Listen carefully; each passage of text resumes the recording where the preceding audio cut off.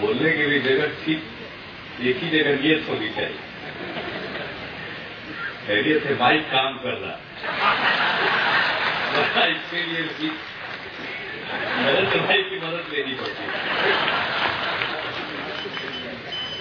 वैसे मुझको पूरी उम्मीद है बहुत दिन गुजरात के दायरे में सिमट कर नरेंद्र भाई नहीं रहेंगे, देश को इनकी सेवाएं मिलेंगी। इस अवसर पर उपस्थित गुजरात के लोकप्रिय मुख्यमंत्री, माननीय मुख्यमंत्री श्री नरेंद्र भाई मोदी जी, भूतपूर्व मुख्यमंत्री माननीय सुरेश भाई मेहता जी, गुजरात विधानसभा के भूतपूर्व अध्यक्ष श्री धीरू भाई शाह जी, संसद में हमारे साथी माननीय सांसद श्री पीएस गढ़वी जी, मैं भी अपनी तरफ से उनको जन्मदिन पर मुबारकबाद पेश करता हूं। यहां के माननीय विधायक श्री गोपाल धुआ जी, श्री गौतम भाई अडानी जी, रेलवे बोर्ड के अध्यक्ष श्री आर.के. सिंह, गुजरात सरकार के port secretary Shri Nigam, Adani group के सीईओ श्री संजय गुप्ता, अडानी एक्सपोर्ट्स के मैनेजिंग डायरेक्टर श्री राजेश अडानी और वेस्टर्न रेलवे और नॉर्थ वेस्टर्न रेलवे के general manager Shri Agarwal, Adani port परिवार के सभी सदस्यगण, इस समारोह में उपस्थित सभी विशिष्ट अतिथिगण, प्रेस और मीडिया के प्रतिनिधिगण, टीवी और सज्जनों, मैं सबसे पहले गौतम भाई अडानी जी को धन्यवाद देना चाहता हूं कि उन्होंने इस अवसर पर मुझे आमंत्रित किया और आज दो चीजों का लोकार्पण इस पोर्ट के जरिए किया जा रहा है, कंटेनर टर्मिनल का और जो रेल लाइन इन्होंने बनाई है उसका, मुंद्रा से आदिपुर तक। बहुत सारी बातों की चर्चा तो नरेंद्र भाई मोदी जी करेंगे, लेकिन रेलवे के संबंध में है, इसलिए मैं इतना बता दूं कि ये भारतीय रेल के इतिहास में, यानी आजादी के बाद से, जब से उसके पहले जो रेलों का स्वरूप था उसमें बदलाव आया आजादी के बाद से, और भारतीय रेल कहलाई इंडियन रेलवेज, तो उसके इतिहास में यह एक पहला प्रयोग हुआ है प्राइवेट सेक्टर में रेल लाइन के निर्माण का। इन्होंने रेल लाइन का निर्माण किया, 57 किलोमीटर रेल लाइन का, लेकिन ये रेलगाड़ी उस पर नहीं चला सकते, रेलगाड़ी तो रेलवे ही चलाएगी, लेकिन जितना सुनने में आसान है उतना इसको व्यावहारिक स्वरूप लेने में उतनी ही कठिनाई। सुनने में तो किसी को लगेगा कि पैसा अडानी का तो रेल क्यों नहीं बनाएंगे, इसमें भारतीय रेल में क्या वास्ता है, साहब इन्होंने पैसा लगा दिया तो फिर क्यों नहीं बना सकते। लेकिन कई प्रकार की बाधाएं, पैसा रहते हुए रेल लाइन नहीं बना सकते। तो रेलवे ने कहा कि नहीं है, आप पैसा जरूर लगाइए और रेल लाइन बनाइए। अब रेल लाइन बन जाए तो उसका क्या काम, ये तो कोई सड़क है नहीं कि कोई ना कोई अपनी गाड़ी चला देगा, और गाड़ी न हो तो बैलगाड़ी भी चल जाए, लेकिन ये तो रेल लाइन, इस पर चलेगी तो रेलगाड़ी ही चलेगी, और चलाने के लिए भी रेलगाड़ी होनी चाहिए, और वो सिर्फ भारतीय रेल के पास। इसलिए ये एग्रीमेंट भी बहुत प्रकार के संकट में था, अब वो सब संकट दूर करते हुए ये एग्रीमेंट भी हो गया, समझौता भी हो गया, रेल लाइन बन गई और रेल लाइन पर रेलगाड़ियों का चलना भी प्रारंभ हो गया, मालगाड़ियों। और अगर पोर्ट बन जाए और उसके साथ रेल की कनेक्टिविटी, सड़क की कनेक्टिविटी न हो, तो पोर्ट सफल नहीं हो सकता। और सड़क की कनेक्टिविटी तो होना ही होना चाहिए, लेकिन जब तक अगर रेल की कनेक्टिविटी न हो तो पोर्ट का विस्तार नहीं हो सकता, विकास नहीं हो सकता। इसलिए रेल की कनेक्टिविटी होनी चाहिए। और रेल की कनेक्टिविटी के क्षेत्र में ये पहला प्रयोग पोर्ट के कनेक्टिविटी के क्षेत्र में निजी क्षेत्र ने रेल लाइन डाली और रेलवे एक एग्रीमेंट के तहत जिसका रेवेन्यू शेयरिंग इस कंपनी को भी पैसा मिलेगा और रेलवे को भी पैसा मिलेगा।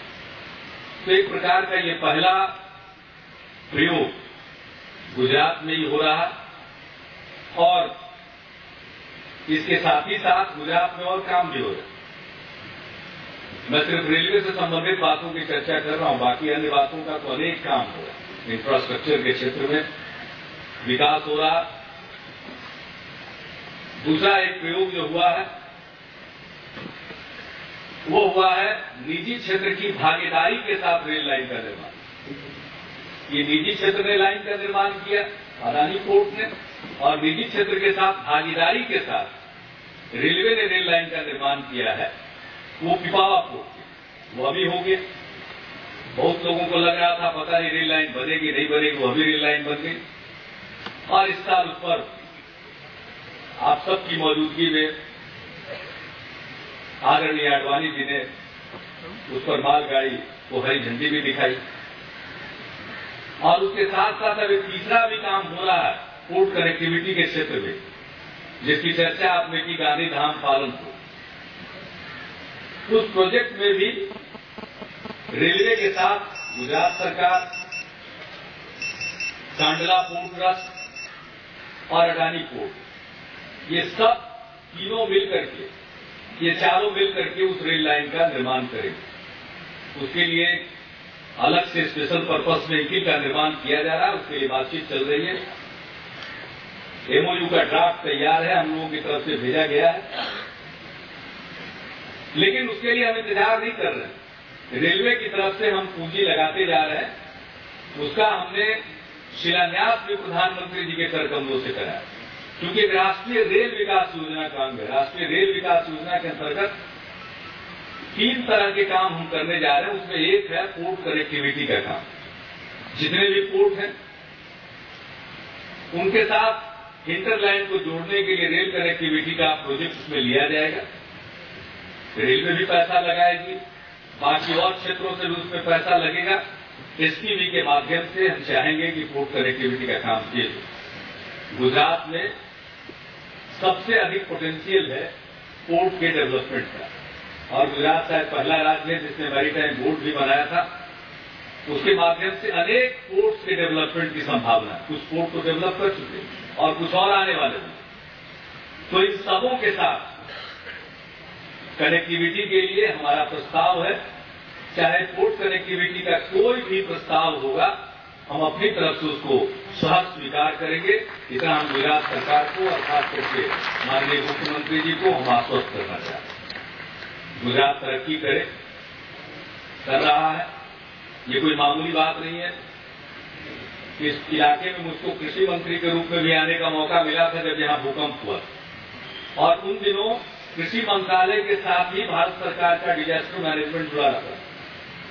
तो उस नाते क्योंकि संसद में उससे संबंधित सवालों का जवाब देना तो मैं आया था, लेकिन इतने कम समय में जिस प्रकार से पुनर्निर्माण का काम हो रहा है, इसके लिए मैं गुजरात वासियों को सलाम करता हूं और गुजरात सरकार को, जिसका नेतृत्व नरेंद्र मोदी जी कर रहे हैं, उनको मैं साधुवाद देना चाहता हूं, बधाइयां देना चाहता हूं। बहुत काम हो रहा है गुजरात। अब गुजरात की बाहर एक अलग छवि, खास करके नरेंद्र भाई मोदी जी की एक अलग छवि प्रचारित की जाती है, लेकिन मैं नहीं जानता उनसे इनका कोई नुकसान नहीं होता है इससे। लेकिन गुजरात की छवि को एक बिगाड़ने की कोशिश होती है, वो एक अलग प्रश्न है। लेकिन जो कुछ भी गुजरात में हो रहा है उसका उतना प्रचार नहीं होता है जितना प्रचार होना चाहिए। अब दूसरे लोगों को ये दिखाई पड़ रहा है कि गुजरात में रिकंस्ट्रक्शन का काम, पुनर्निर्माण का काम इतनी तेजी से चल रहा है, लेकिन हम सब लोगों को दिखना चाहिए, देशवासियों को भी दिखना चाहिए। अब जो कुछ भी हुआ वह तो एक दाग है, बदनुमा धब्बा, लेकिन हम अगर उसी को याद करते रहें और बाकी चीजों को भूल जाए तो यह भी ठीक नहीं। जो काम हो रहा बड़े पैमाने पर यहाँ इंफ्रास्ट्रक्चर के डेवलपमेंट का काम हो रहा, सारी चीजों के डेवलपमेंट का काम हो रहा है। इसके लिए मैं गुजरात सरकार को बधाई देना चाहता हूं और गुजरात के लोगों में दम, कच्छ के लोगों में खास करके दम, और देश को इस पूरे कच्छ के इलाके पर नाज है।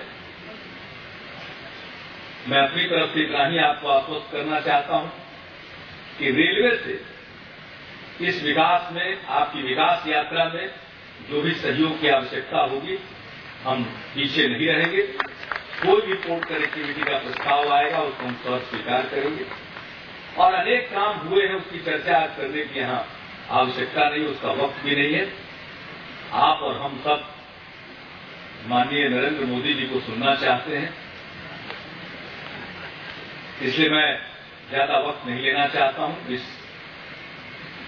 ये विश्वास दिलाते हुए मैं अपनी बात समाप्त करूंगा और खास करके इस अवसर पर मैं गौतम भाई अडानी जी को और उनके समस्त पोर्ट परिवार को मैं आज के अवसर पर पूरी शुभकामना अपनी तरफ से देता हूं। और एक बात उन्होंने कही है जिसको रिस्पॉन्ड करना शायद मुनासिब होगा। इन्होंने कहा है कि इसको एक ऐसा कॉरिडोर बनाया जाए गांधीधाम पालनपुर, यहां से लेकर के पंजाब तक, ताकि हम डबल डेकर कंटेनर चला सके, ट्रेन चला सके।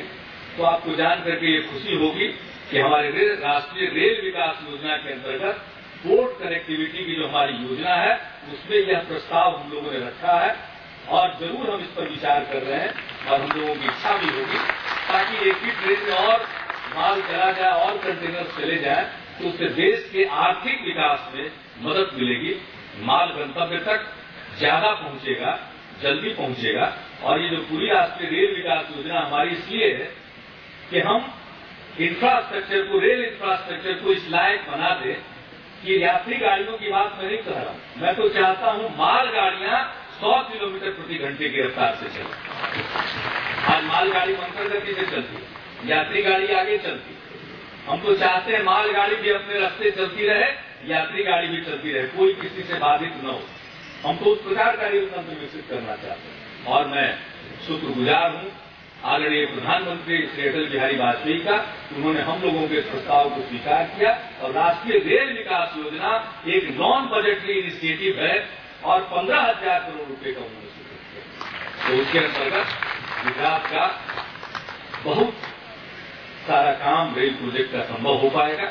इन्हीं शब्दों के साथ मैं एक बार पुनः आप सबको धन्यवाद देता हूं और गौतम भाई अडानी जी को विशेष तौर पर मैं इस अवसर पर अपनी शुभकामना देता हूं।